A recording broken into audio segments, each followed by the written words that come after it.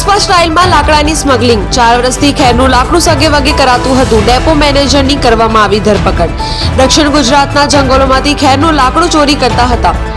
સુરત જિલ્લા ફોરેસ્ટ વિભાગે ચોરી કરવાના રેકેટનો કર્યો પર્દાફાશ. મધ્યપ્રદેશના અલીરાજપુરમાં લાકડાનો સંગ્રહ કરાયો હતો. ડેપોમાંથી 5.13 કરોડનું ખેરનું લાકડું મળ્યું.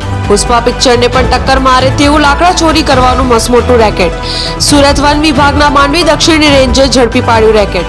માત્ર સુરત જ નહીં, નવસારી, વલસાડ, ડાંગમાંથી ચોરી કરતા હતા. નર્મદા, દાહોદ, ભરૂચ જિલ્લાના જંગલમાંથી પણ કાપતા હતા લાકડું.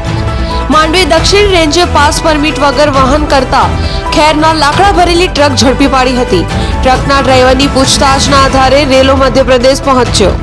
2055 મેટ્રિક ટન ખેરનું લાકડું જપ્ત કર્યું હતું. ડેપો મેનેજર આરિફ અલી અમજલ અલી મકરાની સામે કાયદેસરની કાર્યવાહી.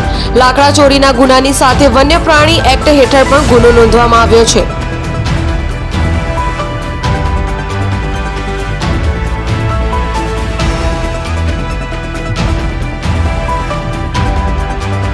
Bureau report, Jansakshi news, Bardoli.